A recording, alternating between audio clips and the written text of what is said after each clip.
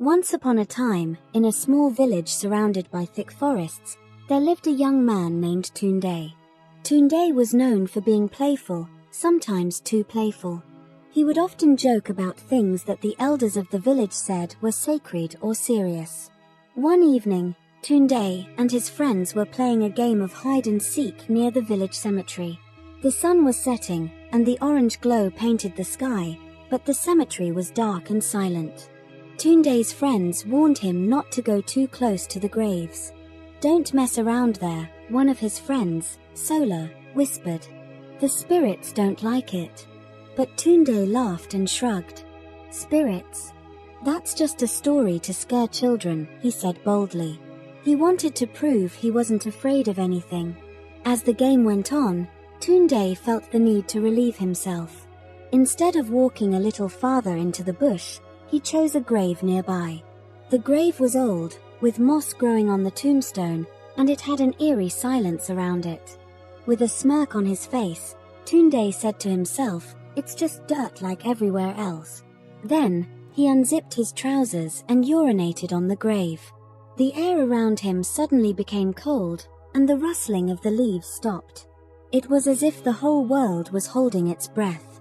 Tunde zipped up and laughed. "See? Nothing happened," he said loudly, his voice echoing through the stillness. But as he turned to leave, he tripped over a root that seemed to come out of nowhere and fell flat on his face. His friends, who were hiding nearby, burst out laughing. Tunde stood up, dusting himself off, and muttered, "Stupid root." That night, as Tunde lay in his bed, strange things began to happen. First, he felt a cold wind sweep through his room, even though the windows were tightly shut. Then, he heard faint whispers, like someone was calling his name. "Tunde, Tunde," the voice hissed. He sat up quickly, his heart pounding. "Who's there?" he called out, but there was no answer. Suddenly, he felt something tug at his blanket. Tunde's eyes widened as he looked down and saw the edge of his blanket slowly sliding off the bed by itself. He jumped up, screaming, and ran to his parents' room. "Mama, Papa, there's something in my room," he cried. His mother lit a lantern and followed him back to his room. But when they got there, everything looked normal. The blanket was back on the bed, and the room was quiet. "Tunde, you've been watching too many scary stories," his father said, shaking his head. But Tunde knew what he saw and heard. The next day, Tunde started feeling strange. Wherever he went, he felt like someone was watching him. He kept hearing the same whisper, "Tunde, you disrespected me." But no one else could hear it. The villagers noticed Tunde wasn't his usual playful self anymore. He was jumpy, quiet, and always looking over his shoulder. His friends started teasing him. "What's wrong, Mr. Brave? Scared of ghosts now?" they laughed. But Tunde wasn't laughing. Days turned into weeks, and Tunde's strange behavior became the talk of the village. He barely ate, avoided his friends, and refused to go near the cemetery. But no matter where he went, the whispers followed him. At night, his sleep was disturbed by chilling dreams of the grave he had disrespected. In one dream, an old man with hollow eyes and a long, bony finger pointed at Tunde. "You defiled my resting place," the figure said in a voice like cracking wood. "Until you make amends, you will know no peace." Tunde woke up screaming, sweat pouring down his face. His mother, worried sick, ran into his room. "Tunde, what is happening to you? Tell me the truth," she demanded. At first, Tunde hesitated, but he couldn't hold it in any longer. "Mama," he stammered, I urinated on a grave by the cemetery. It was a joke, but now something is after me." His mother's face turned pale. She grabbed his hand and led him straight to the village elder, Baba Augun. Baba Augun was the wisest man in the village. He had a long grey beard and eyes that seemed to see right through you. When Tunde and his mother explained what had happened, Baba Augun sighed deeply and shook his head. "You have angered a restless spirit," Baba Augun said gravely. "That grave belongs to someone who suffered greatly in life. Their spirit does not tolerate disrespect." What can I do to stop this?" Tunde asked, his voice trembling. "You must appease the spirit," Baba Augun replied. "But it will not be easy. You must visit the grave again and offer a proper apology. You will need items for a cleansing ritual, white chalk, palm oil, a rooster, and kola nuts. And you must be sincere in your heart." Tunde's stomach churned at the thought of returning to the cemetery. "Can't we just do the ritual from here?" he pleaded. Baba Augun gave him a stern look. "The spirit is tied to the grave. If you do not face your wrongdoing where it happened, the spirit will not forgive you." That evening, Tunde, his mother, and Baba Augun gathered the ritual items and set off for the cemetery. As they approached the graveyard, the air grew cold again, and Tunde felt the weight of invisible eyes watching him. He shivered, clutching his mother's arm. When they reached the grave, Baba Augun drew a white chalk circle around it and placed the items carefully on the tombstone. "Kneel, Tunde," Baba Augun instructed. "Speak to the spirit. Apologize for what you have done." Tunde's knees wobbled as he knelt before the grave. His voice cracked as he said, I am sorry. I didn't mean to disrespect you. Please forgive me and leave me in peace." For a moment, nothing happened. Then, the wind picked up, howling through the trees. The palm oil in the ritual bowl began to bubble, and the rooster squawked loudly before falling silent. Baba Augun's voice boomed over the wind. "Spirit, hear us. The boy has repented. Accept this offering and rest in peace." The ground beneath the grave trembled slightly, and the whisper returned, louder this time, tuned. "I hear you. But your apology is not enough." Tunde gasped. "What more do you want from me?" The whisper grew colder. "You will know, in time." The wind stopped abruptly, and everything fell silent. Baba Augun looked concerned but didn't say anything as they left the cemetery. Tunde thought it was over. That night, Tunde dreamt he was standing in a dark, endless field. The sky above was grey, and the air was heavy with an eerie silence. Suddenly, the old man with the hollow eyes appeared again, his bony hand outstretched. "Tunde," the spirit said, "your apology is heard, but to earn my forgiveness, you must right a wrong done to me in life. Only then will I find peace and you will be free." Tunde, trembling, asked, "What wrong? What do you want me to do?" The spirit's face contorted in pain as it spoke. "When I was alive, I was betrayed by someone I trusted, and I died with a burden on my soul. You must find the truth of my story and bring justice to my name. Only then will my torment end." Before Tunde could ask more questions, he woke up, gasping for air. His room was freezing, though it was the middle of the dry season. The whispers were gone, but his heart was pounding. The next morning, Tunde went back to Baba Augun and told him about the dream. The elder nodded knowingly. "The spirit's pain binds it to this world. You must uncover its story and do what it asks. But be careful, Tunde, spirits can be tricky. You must ensure you truly bring justice, not vengeance." "How will I even find out what happened?" Tunde asked, his voice shaky. "I don't even know whose grave it is." Baba Augun handed Tunde a small, weathered notebook. This belonged to the village's first gravedigger. It has records of everyone buried in the cemetery. Find the name on the grave and start your search there. Reluctantly, Tunde flipped through the brittle pages until he found a name that matched the grave he had disrespected, Adekun Lajayi. Tunde didn't recognize the name, but Baba Augun did. Adekunle was a man who lived in this village many years ago, the elder explained. He was kind, but some say he had enemies, people who were jealous of his wealth and influence. One day, he disappeared, and weeks later, his body was found in the forest. No one knows who killed him, but there were whispers of foul play. Tunde felt a chill run down his spine. "So, I have to find out who killed him? How am I supposed to do that?" "The spirit believes you can," Baba Augun said firmly. "Start by talking to the oldest villagers. They may remember something that can help you." With a heavy heart, Tunde began his quest. He visited the homes of the village elders, asking them what they knew about Adekun. Most of them were hesitant to talk, warning him not to stir up old wounds. But one old woman, Mema Sade, finally agreed to tell him what she knew. "Adekun was a good man," she said, her voice trembling with age. "But he was too trusting. There was a man, his closest friend, who envied him. Some say that friend had a hand in his death, but no one could prove it." "Who was the friend?" Tunde asked, leaning in closer. Mama Sade's eyes darted around nervously, as if afraid someone might overhear. She whispered a name, Olumide Bekir. Tunde's heart sank. Olumide Bekir was one of the most respected elders in the village. If he was involved, this task was going to be much harder than Tunde had imagined. That night, as Tunde prepared to sleep, he felt a presence in his room again. This time, it wasn't cold or frightening.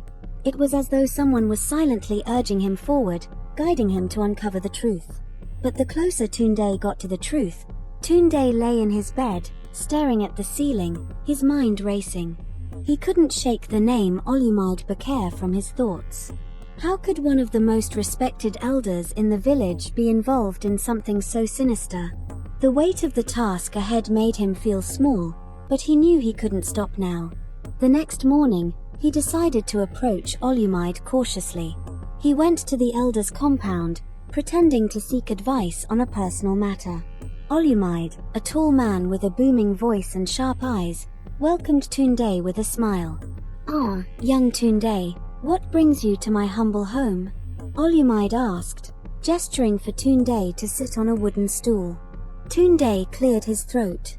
"Baba, I've been hearing stories about the past, about people who lived in the village long ago. One name keeps coming up, Adekun Lajayi. Do you remember him?" At the mention of the name, Olumide's expression changed ever so slightly. It was quick, just a flicker of discomfort, but Tunde noticed it. "Adekun?" Olumide said, leaning back. "Yes, I remember him. He was a good man, kind and generous. Why do you ask about him?" Tunde hesitated, choosing his words carefully. "I'm curious about the history of our village. They say his death was mysterious. Do you know anything about what happened to him?" Olumide's face grew serious, and his voice lowered. "The past is the past, my boy. Sometimes, it's best not to dig too deeply. What happened to Adekun was a tragedy, but it's been over for years." Tunde nodded, pretending to accept the answer. But his instincts told him Olumide was hiding something. That evening, Tunde returned to Baba Augun and told him about the conversation. The elder stroked his beard thoughtfully. "Olumide knows more than he's letting on. You'll need to find another way to uncover the truth." "But how?" Tunde asked, frustration creeping into his voice. "He won't just tell me." Baba Augun handed him a small pouch filled with herbs. "This will help you dream clearly tonight. Spirits often reveal what they cannot say aloud when you are in their world." Reluctantly, Tunde took the pouch. That night, he placed it under his pillow and fell into a restless sleep. In his dream, Tunde found himself standing in the village square. It was night, but the square was lit by a strange, blue glow. Suddenly, Adekun's spirit appeared before him, looking more human than ghostly this time. "You are close, Tunde," the spirit said, his voice steady but filled with sorrow. "Olumide betrayed me. He was like a brother to me, but his envy led him to poison my food during a celebration." Tunde's eyes widened. "He poisoned you? But why?" Adekun's face darkened. "He wanted my land and my wealth. After I died, he spread lies about me, claiming I was cursed. My family was shamed, and he took everything I owned." Tunde clenched his fists. "Then he must be exposed." Adekun shook his head. "You must tread carefully. Olumide is powerful, and his influence runs deep. If you confront him without proof, he will turn the village against you." The spirit began to fade, his voice echoing as he disappeared. "Find the ledger, hidden in his house. It will reveal the truth." Tunde woke up in a cold sweat, his heart racing. He had no idea how he was going to sneak into Olumide's house, but he knew the ledger was the key to solving the mystery. The next day, Tunde began watching Olumide's compound from a distance, looking for an opportunity. Late that night, when the village was quiet and Olumide's lamps were out, Tunde crept into the compound. His heart pounded as he searched the elder's study, careful not to make a sound. After what felt like hours, He found a small, locked chest tucked away under a pile of old mats. Using a knife, he pried it open and discovered a dusty ledger inside. Flipping through its pages, Tunde's blood ran cold. The ledger detailed Olumide's schemes, how he had poisoned Adekunle, forged documents to claim his land, and bribed others to keep silent. But before Tunde could celebrate his discovery, he heard a loud creak behind him. He froze, clutching the ledger tightly. "What do you think you're doing, boy?" a deep voice boomed. Tunde turned slowly to see Olumide standing in the doorway, his eyes blazing with fury. Tunde's hands trembled as he clutched the ledger tightly against his chest. Olumide's silhouette loomed larger as he stepped closer, the dim light from the doorway casting long shadows across his face. "What are you doing with that?" Olumide's voice was cold and sharp, like a blade cutting through the silence. Tunde swallowed hard, trying to summon courage. I know the truth, Baba Olumide," he stammered. "This ledger, it holds everything. You betrayed Adekunle. You poisoned him and stole everything he had." Olumide's expression darkened further, and for a moment, Tunde thought the elder might strike him. But instead, Olumide let out a low, bitter laugh. "You think anyone will believe a boy like you over me? I've built this village with my hands. My name carries respect. What do you have?" "Nothing." Tunde's mind raced. He knew Olumide was right, his word alone wouldn't be enough to convince the villagers. But the ledger was proof, and he couldn't let it go. "You might be respected now," Tunde said, his voice trembling but determined. "But the truth always finds a way. I'll make sure everyone sees this." Olumide's face twisted in anger. "You're not going anywhere with that, boy," he growled, lunging toward Tunde. Instinct took over, and Tunde darted past him, clutching the ledger as he ran. His feet barely touched the ground as he bolted out of the compound and into the night. He didn't dare look back, but he could hear Olumide shouting behind him. "Stop him! Someone stop that boy!" Tunde's heart pounded in his chest as he zigzagged through the village, avoiding the main paths. The shadows of trees seemed to reach out for him, and every rustle of leaves made him jump.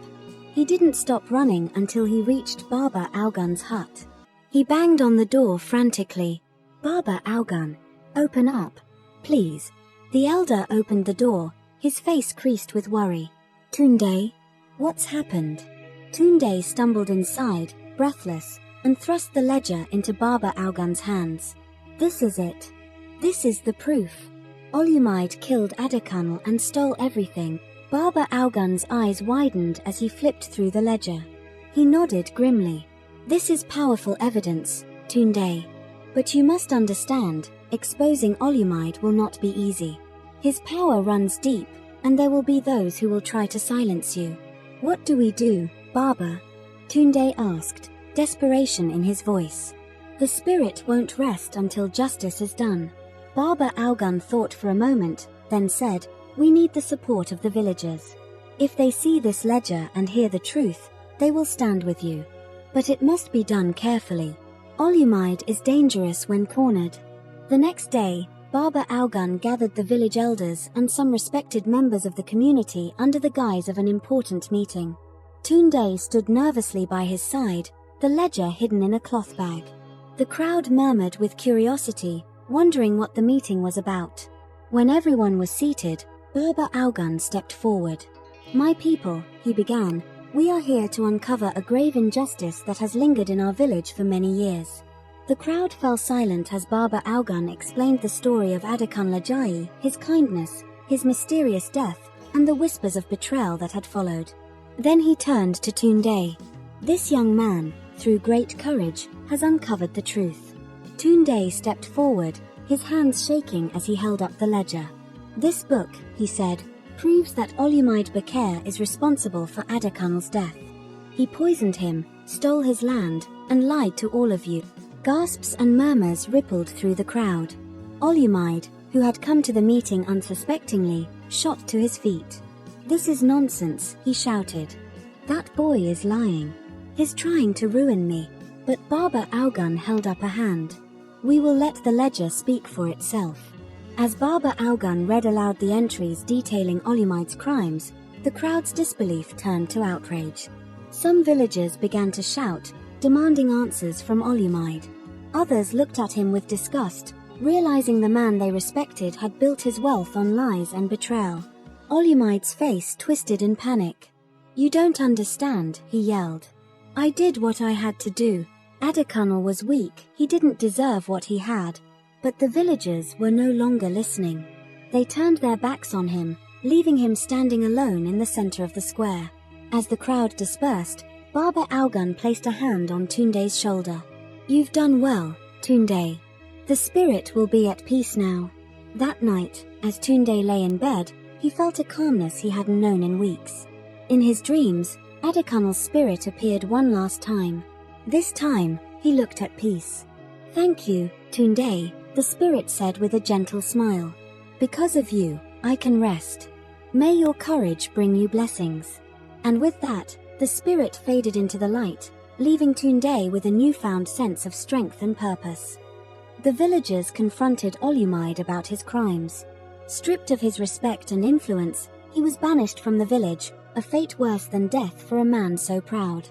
His wealth and lands were redistributed to those who had been wronged, and Adekunle's name was cleared, his family finally able to walk with their heads held high. Tunde became a hero in the village. Though he had been afraid, he had faced his fear and stood up for the truth. Baba Augun praised him, saying, "It takes great courage to right a wrong, especially when the stakes are high." The grave that Tunde had disrespected now became a place of honor. Villagers would leave flowers there, paying their respects to Adekunle's memory. And as for Tunde, he learned a lesson that would stay with him for the rest of his life. Thanks for watching. Please like, share and subscribe for more interesting videos.